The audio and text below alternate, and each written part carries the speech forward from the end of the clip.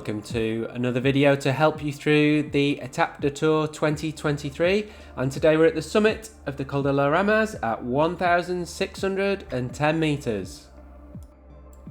Today we're focusing on a real-time descent of the col down to the village of Taninges at 640 metres. I think it's fair to say that this is the longest descent in this year's etape. It's over 15 kilometres long, and on the way down I'm going to point out some aspects of the descent to look out for. I've mentioned in previous videos the high attrition rate in the etape, and last year there was over 1,000 riders that couldn't finish the event. So specifically I will be pointing out the junction where there is a shortcut back to Morzine in the events that you feel that you're not going to be able to take on the Joux Plane. So here we go off the top of the climb. There's a quick stop here as I checked that the camera was definitely working, as I didn't want to retrace my steps up the 15.6 kilometres. This first section of the road is the part of the col that's closed during the winter months, normally from mid to end of November to the beginning of May. I do think that the camera makes the road feel wider here than it actually is when you're riding a bike.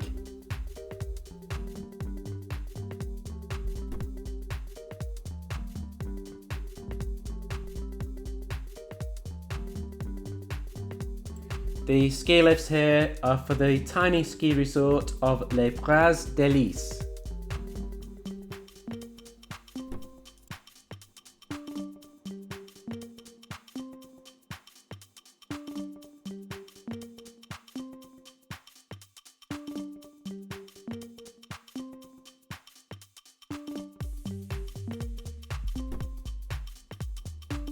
There's been a lot of work on this col over recent months, and fair to say that there's a large proportion of new tarmac.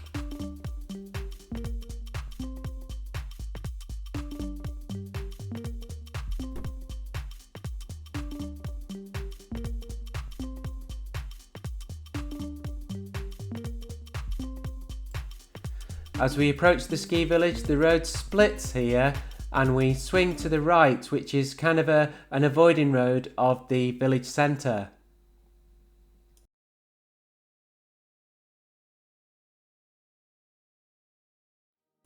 If it's your intention to refuel on the descent, this is a good place to do it. There's a few false flats here, a little bit of a rise, before we are approaching a more technical section in about a kilometre.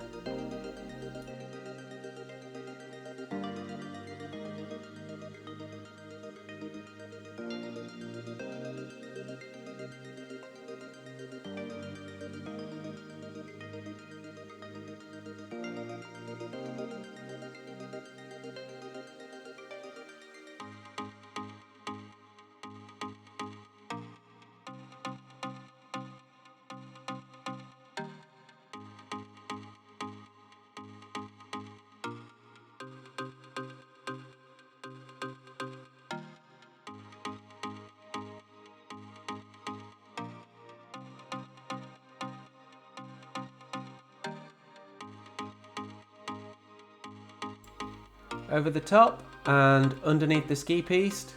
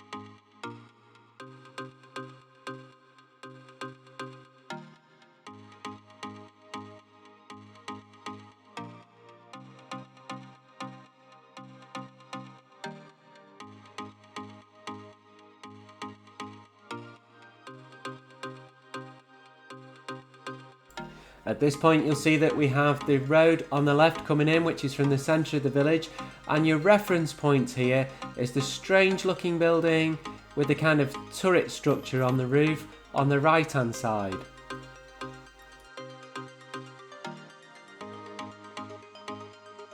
So just after this building, you do need to prepare yourself for the road to drop off sharply as we swing round the next left-hander.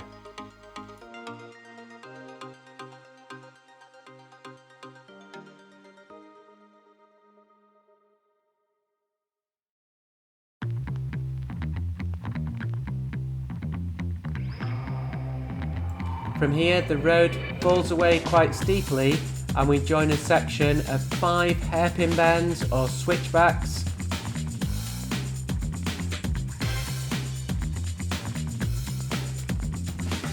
Now remember that you will have the whole of the road here, not like today.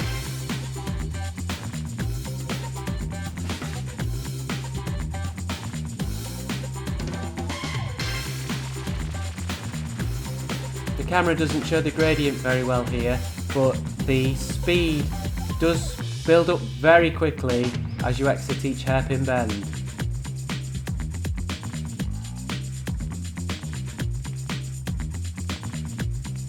As I hit the brakes to enter this bend, you'll see that there's some degradation in the road surface, and also look out for gravel.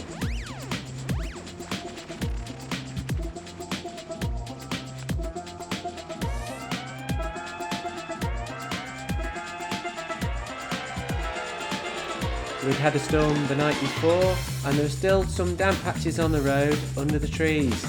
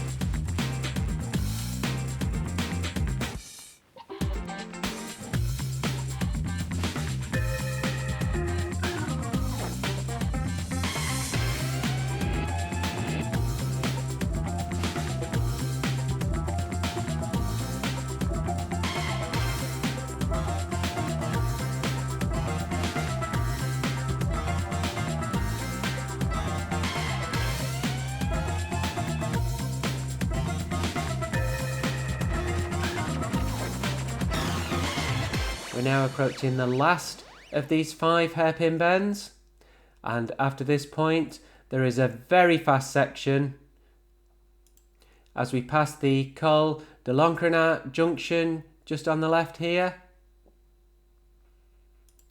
and we join some new tarmac.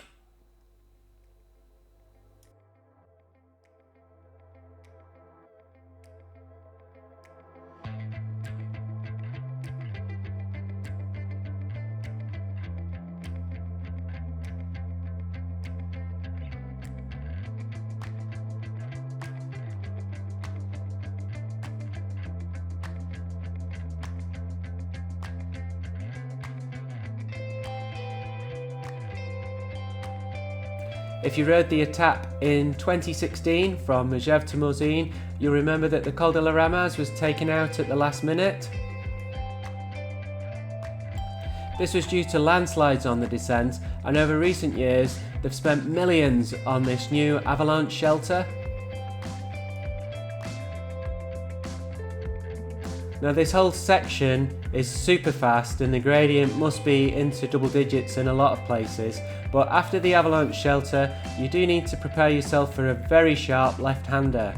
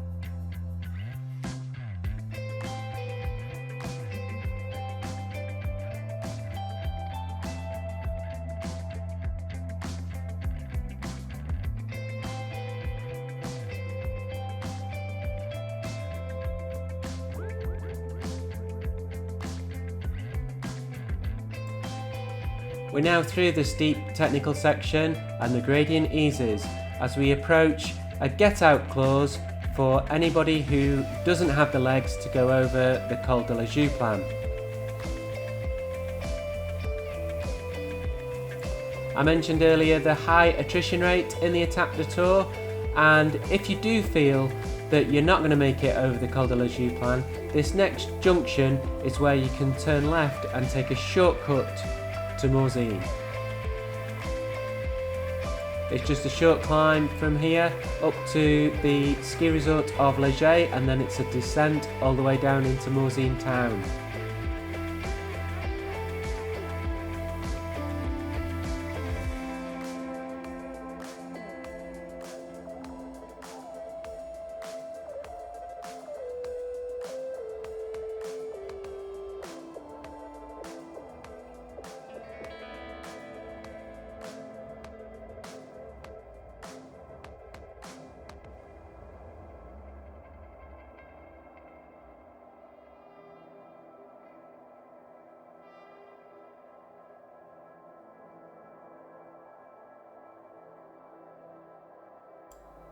So from here, it's a wide open descent. We're now on quite a main road. It's a main artery for the ski resorts of Leger and Morzine, all the way down into the village of Taninges.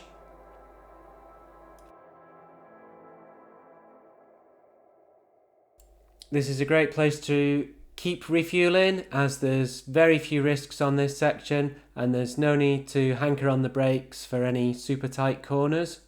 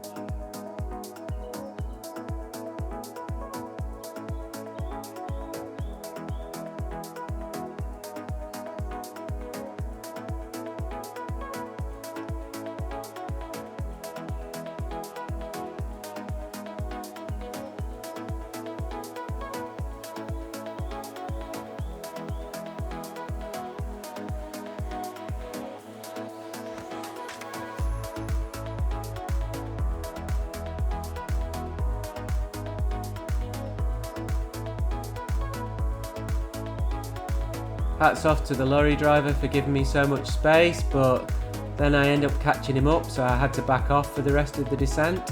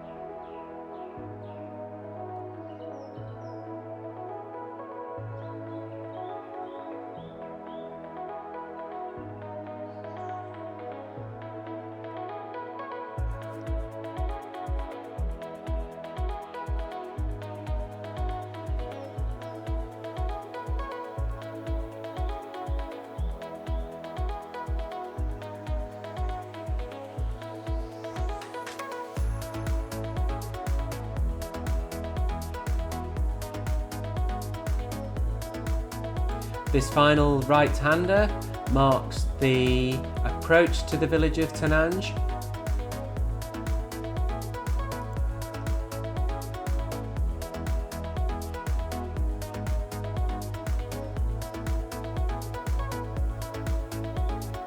If you look up to your right here, the peak immediately on the right has a cross on it, and that is just above where you started at the top of the Col de la Ramaz.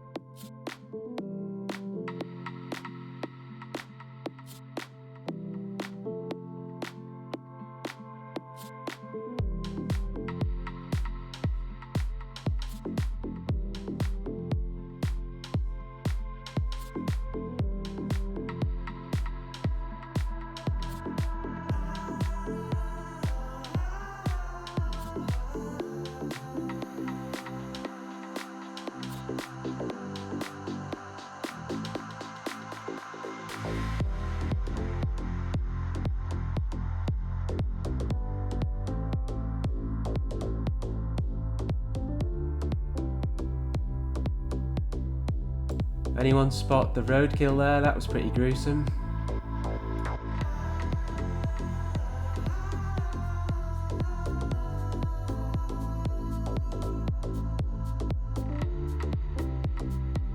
Down into Taninges village. On the left here are the cable cars if you want one for your back garden, and it's a sharp left turn and then the run in to the Col de la Joux Plane. If you want to see more of that section, you can click the video up to the right here. And also, if you need a bakery stop, there's one just on the left here, past the second pedestrian crossing.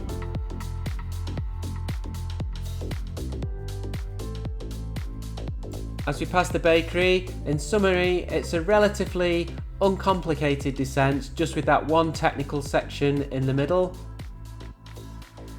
And as we head on to San Juan, don't forget to keep refueling before you reach the foot of the Col de la Joux Plane. So good luck for the Etape 2023, and as always, drop any questions in the comments below. Thanks for watching, see you next time on Cycling in the Alps.